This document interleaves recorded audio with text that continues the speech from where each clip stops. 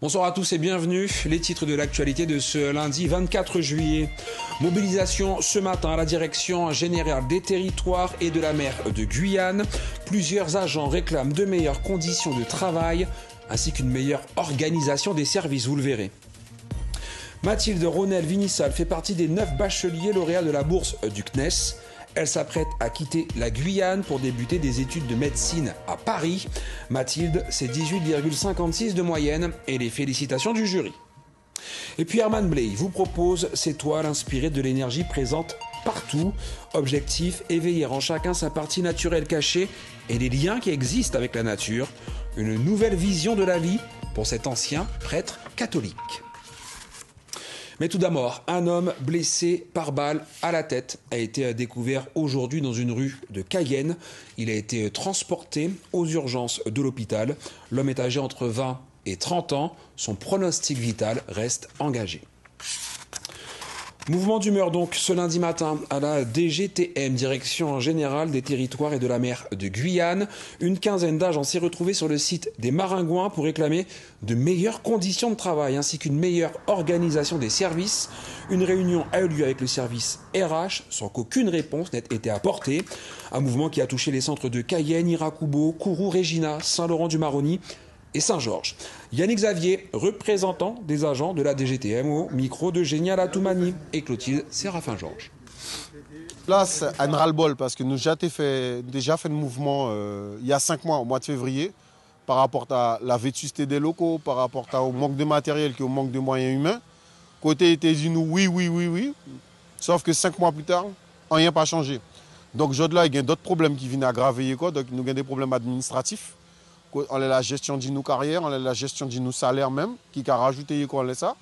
Donc, ces collègues ont été posé des questions, demandé souplé à chaque fois et nous pas qu'à un retour. Nous comptons que la DRH, qui est la direction aussi de nos services, sauf que il est venu pour nous, ça nous déjà savait.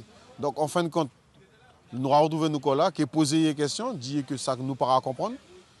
C'est la réponse, nous demandé Paris.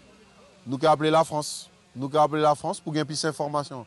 Sauf qu'en attendant, nous avons des collègues qui ont souffert parce qu'il y a des retards en les avancement, il y a des retards en les actes de nomination, il y a des retards parce qu'en fait, il y aura prélevé sous ma canlaye parce que ces calculs de primes sont mal faits. Et nous avons dysfonctionné parce que nous n'avons pas gagné les moyens. Nous avons loué des véhicules là qui ne sont pas aux normes. Donc, on a nous intervention, nous en danger. L'actualité, c'est aussi le président de la République, Emmanuel Macron, en visite en Nouvelle-Calédonie. Il est accompagné de Gérald Darmanin, ministre de l'Intérieur et des Outre-mer. Emmanuel Macron s'est exprimé sur le tarmac de l'aéroport. Entre feuille de route et référendum sur l'indépendance de la Nouvelle-Calédonie, le président a rappelé son intention de rencontrer l'ensemble des parties prenantes. On l'écoute. Juste un mot pour vous dire qu'avec les ministres, nous sommes très heureux d'être présents et le président de la commission des lois de l'Assemblée nous accompagne également d'être présent ici en Nouvelle-Calédonie.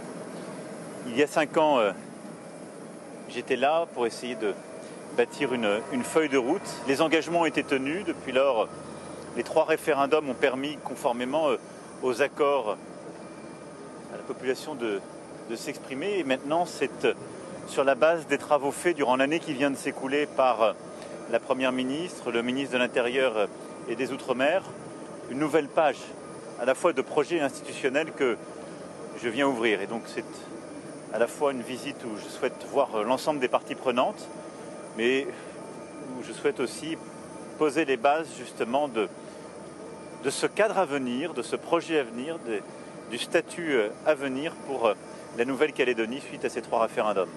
Donc c'est avec à la fois beaucoup d'émotion, beaucoup de bonheur et un grand sens des responsabilités que je suis là parmi vous aujourd'hui. Elle fait partie des 9 bacheliers lauréats de la prestigieuse bourse du CNES. Mathilde Ronel-Vinissal s'apprête à quitter la Guyane de son enfance pour débuter des études de médecine à Paris. Avec 18,56 de moyenne et les félicitations du jury, c'est un bel avenir qui s'ouvre à elle. Alexandra Silbert et Abel Parnasse l'ont rencontré ce matin. Dernier moment de complicité entre Mathilde, son père Olivier et son petit ami Julius. À la rentrée, elle vivra à Paris pour étudier la médecine à la Sorbonne, un moment auquel elle est préparée depuis longtemps. Je pense que même avant sa naissance, même quand c'était juste un embryon d'idée d'avoir un enfant, comme beaucoup de parents, j'avais envie de lui donner la chance de pouvoir faire des études. Elle y a réfléchi pendant de nombreuses années, ça a été beaucoup d'efforts pour elle, de planification pour moi. Et puis y arriver, c'est une forme de satisfaction. C'est sûr que quand on prévoit quelque chose et que ça se réalise conformément au plan qu'on avait fait, c'est super. Un petit peu de tristesse, peut-être de nostalgie aussi, parce qu'on a toujours vécu ensemble et que maintenant, il faut la laisser. Donc il y a une petite part quand même un peu d'anxiété. Je vous laisse discuter tous les deux. Hein. Moi j'y vais, tout à l'heure. Et voilà ma chambre. Donc là, c'est mon antre où j'ai passé 3 ans de ma vie. Grâce à un travail régulier très organisé et des résultats exemplaires, Mathilde a obtenu de nombreuses aides, dont la prestigieuse bourse du CNES. C'est une grande fierté parce que souvent, les notes, ça s'arrête aux notes. En fait, ça s'arrête à l'école. Et là, on a l'impression que ça passe un palier et que d'autres personnes trouvent qu'objectivement, on a bien travaillé, sont assez fiers de nous. Et puis, on est fiers aussi des étudiants qu'il y a en Guyane. Et du coup, moi, ça me fait plaisir de faire partie de ce groupe-là, de voir qu'on me soutient, qu'on me pousse à faire des études et qu'on me donne un petit peu d'argent pour que ma vie étudiante soit plus simple et plus confortable. Donc, c'est génial. Et puis, c'est aussi le moment pour moi d'emmener mon papa aux différentes cérémonies et puis de le remercier publiquement parce qu'il a fait un travail d'enfer et donc ça c'est un travail de groupe. Une fois à Paris, cette future étudiante rêve d'arpenter le Louvre en nocturne, d'aller à son premier concert et d'écumer les parcs d'attractions. Avec une présence réconfortante, celle de Julius, son petit ami étudiera lui aussi à Paris. Je sais que je pourrais travailler avec lui, c'est quelqu'un de confiance. On est là, on s'est épaulé pendant 2 ans, donc je pense qu'on continuera de s'épauler si tout va bien. Donc oui, c'est rassurant. Il y a sûrement des choses sur lesquelles nos programmes vont se rejoindre. Et c'est vrai que ça fait un peu stresser de se dire qu'on sera jeté dans un nouvel environnement. Mais bon, elle est là et donc c'est quelqu'un que je connais et elle n'est pas loin de mon lycée. Demain, Mathilde prendra l'avion vers une nouvelle vie et compte bien mettre toutes les chances de son côté pour réussir. Alors, souhaite une longue et belle route. Allez, direction la Martinique. 10 millions d'euros pour aider les producteurs de fruits et légumes. L'enveloppe a été annoncée lors du comité interministériel des Outre-mer. C'est un pas de plus vers l'autonomie alimentaire en Martinique. Mais le chemin est encore long et les embûches à la production locale nombreuses. Cécile Mar et Marc Balsa.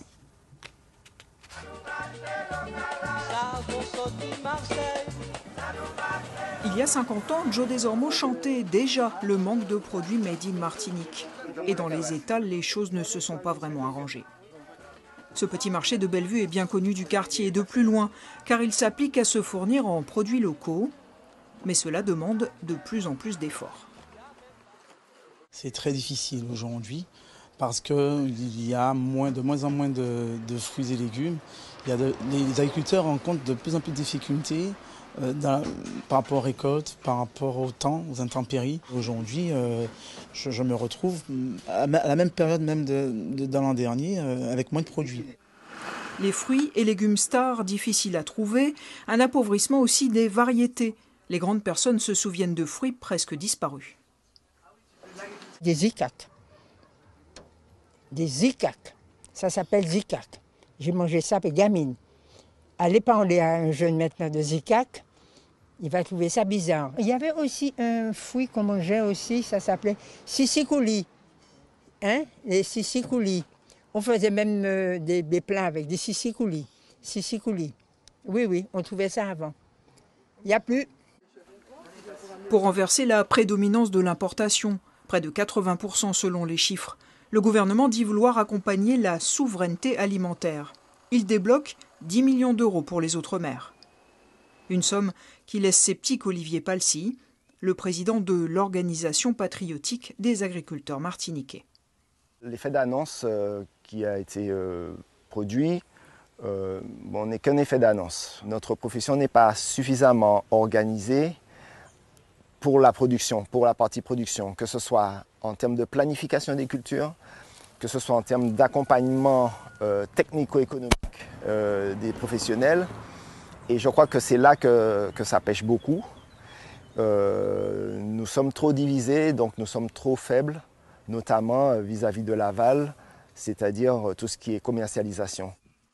Installé depuis 30 ans au Saint-Esprit, Olivier Palsy voit plutôt la situation se dégrader. Pas assez de foncier, pas assez de bras et de rentabilité. Un cercle vicieux dont l'agriculture martiniquaise voudrait bien sortir. On a 10 millions d'euros pour les Outre-mer donc. Et dans le même temps, la Réunion, dans les hauts de l'étang salé. Les époux Adri cuisinent le manioc sous toutes ses formes, de la racine aux galettes. Il y en a pour tous les goûts. Voyez ce reportage de Laurent Pirotte, ça vous donnera peut-être quelques idées. Dans le quartier du Lambert, sur les hauteurs de l'étang salé, Nizar et Evelyne Adri conjuguent le manioc dans toutes ses formes, tous ses états. Depuis le lever du jour, Nizar prépare le produit phare. Là, je suis en train de faire des petites galettes de manioc, sans matière grasse, très peu de sucre, aucun produit allergisant. C'est une spécialité réunionnaise, bien sûr, un petit peu travaillé. Voilà 20 ans que le couple transforme cette racine la plus consommée au monde. Chaque mois, il récupère ainsi 500 kilos de manioc à Saint-Joseph pour le travailler.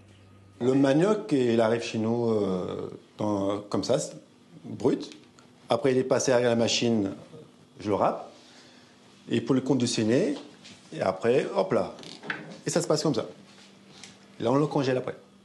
Des tacos de manioc au curry, des babas de manioc au rhum faham, des chichis au manioc sucré ou salé, la célèbre galette, la brioche, jusqu'au croquant de manioc au cœur de chocolat. Le tubercule en prend plein la racine. La petite nouveauté qui a suivi sont les petites brioches de manioc. Là, on va travailler essentiellement le manioc frais avec un soupçon de farine de manioc qui vont être gonflés et cuits par la suite. Donc ça, c'est les produits phares. Et ensuite, ce qui s'est passé, c'est que des idées sont revenues dans ma tête. Donc je me suis dit, pourquoi pas des gros piments farcis de manioc, effectivement, cuits. Donc là, ils sont pré-cuits. Et ensuite, quand ils sont cuits, au fait, ça fait comme un gros piment, mais sauf que le contour sera à base de manioc. Une petite nouveauté en préparation, la pâte à pizza à manioc. Si les recettes sont bien gardées, c'est parce qu'Evelyne les travaille depuis des années. Quand je dors, je pense que manioc. Et du coup, tout ça, au fait, vient de quand je dors. J'essaie d'imaginer. Après, comme j'ai mon bac pro cuisine, j'ai fait le lycée hôtelier. Et les idées se ramènent au fur et à mesure. On se dit, pourquoi pas faire ça, mais tout en essayant de faire de bonnes recettes quand même. Entre des recettes authentiques et nouvelles, le manioc se découvrira sans modération chez les Adri, au marché de Saint-Denis et de Saint-Pierre. Et plus près de chez nous, les plantations de manioc des indigènes d'Oyapock, décimées par des ravageurs et placées par décret en situation d'urgence phytosanitaire. Une aide fédérale a été demandée à Brasilia pour lutter contre les ravageurs. Les détails de ce sujet passionnant, c'est avec Catherine Lama sur notre site guyanelapremière.fr. Cette disparition, à présent, celle de Saïfa Galmo, doyen du peuple Boni. Il était également le doyen de la commune de Papaïcheton sur le Maroni. Cet Aloukou a été le premier entrepreneur du Maroni. Il représentait pour ses concitoyens une mémoire vivante de la vie du fleuve de ces dernières décennies. Il est mort aujourd'hui à l'âge de 108 ans. Comme vous le voyez sur ces images signées Yves Robin accompagné de Lélia Chérubin Jeannette, image tournée en 2019. Il fait partie de ceux qui ont participé à faire rayonner la musique guyanaise à Cuba. Autre disparition, celle du chanteur Vicky Reyes, décédé chez lui la semaine dernière. On le surnommait l'étoile du groupe Santiago Buena Vista Troubadour. Retour sur son lien avec la Guyane avec Céline Fleusin et Brigitte Wap. C'est un grand bonheur pour moi. Je me sens ici comme chez moi. C'est la 3e fois que je viens ici et j'en suis vraiment très heureux. Ce qu'il ignore ce jour-là, c'est qu'il reviendra 13 fois en Guyane. Vicky Reyes donnera pas moins de 25 concerts sur le territoire.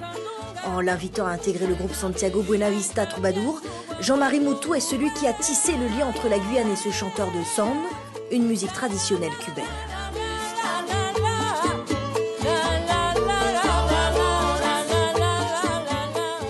C'était un artiste extraordinaire, avec une technique vocale et professionnelle absolue. Il avait un timbre de voix, une tessiture sopraniste, si bien que beaucoup de gens qui écoutaient des CD pensaient que c'était une femme qui chantait. et c'était le grand Vicky Reyes. La reprise du célèbre morceau de Tantanjo, L'esclave noir, a marqué la carrière du chanteur cubain.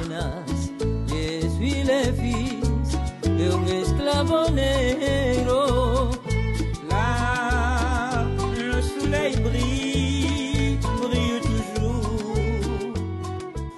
En 3 heures de temps, ici sur ma terrasse, nous avons adapté cette chanson en lui donnant un style zouk chaloupé et avec un tempo latino. Nous avons enregistré la chanson dans le studio de Émile Sibretus. J'ai appelé Tonton Jo à l'école de musique, je lui ai dit écoute tonton, j'ai une surprise pour toi. Il était au courant de rien du tout. Et puis d'un seul coup, on lui a fait écouter l'enregistrement.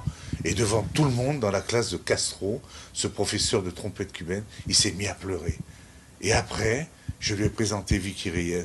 Et ils ne se connaissaient pas. Ils se sont pris dans les bras et ils ont commencé à chanter ensemble. C'était magique.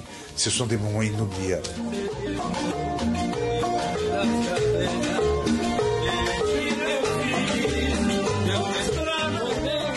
Le titre a fait un carton à Cuba. 5 groupes cubains vont le chanter à leur tour.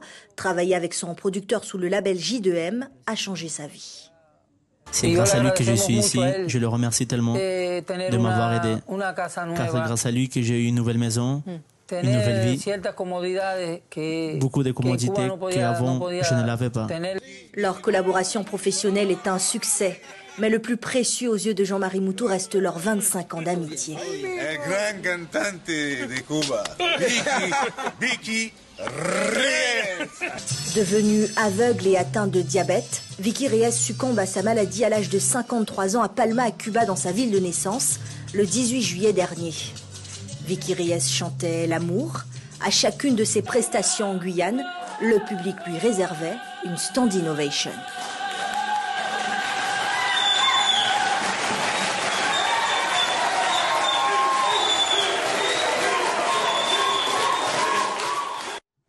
Parlons maintenant d'Herman Bley qui vous propose ses toiles au Centre Pagaré, inspirées de l'énergie présente partout.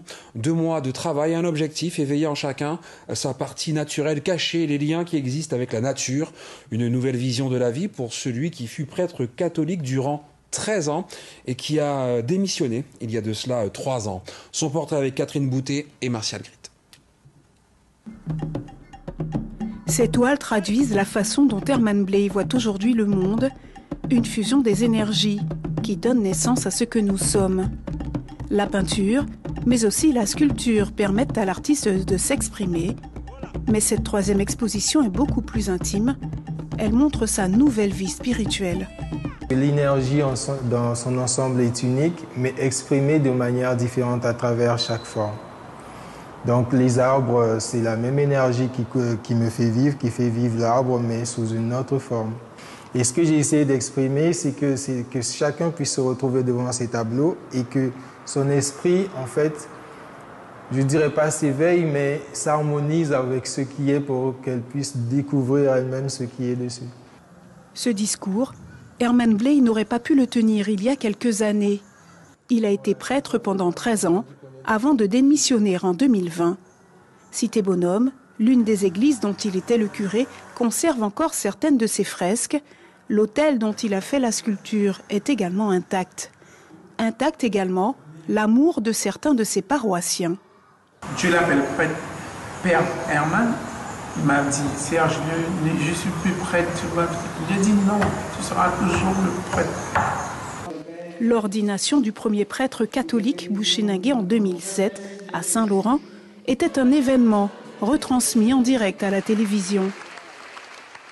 Serge Némouté avait à l'époque fait le déplacement avant de retrouver le père Herman plus tard dans l'église de son quartier.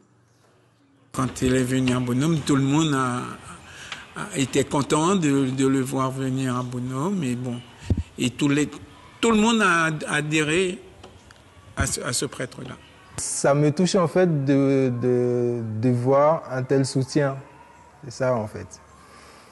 Et en même temps, je regrette de ne pas pouvoir lui montrer aussi que ce que je suis en train de découvrir, si je pouvais lui transmettre ça, il aurait été encore plus fier.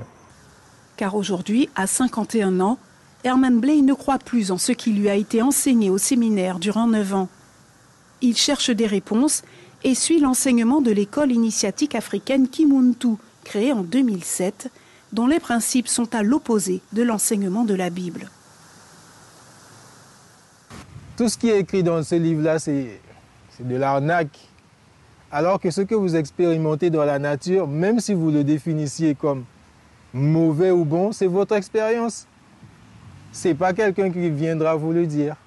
Et c'est exactement ça, en fait, l'initiation de cette école. C'est-à-dire, c'est de permettre à chacun de découvrir le divin qui est en lui ou en elle et de vivre selon les règles de sa divinité intérieure.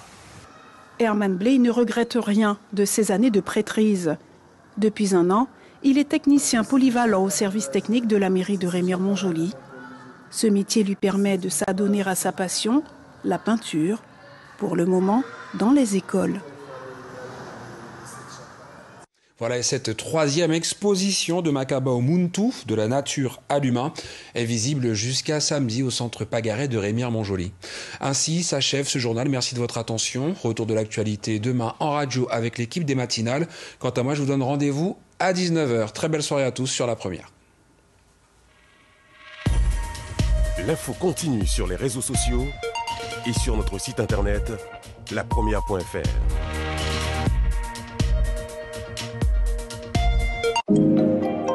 L'information continue sur notre site guyane.lapremière.fr. Scannez ou flashez le QR code pour suivre toute l'actualité de la Guyane.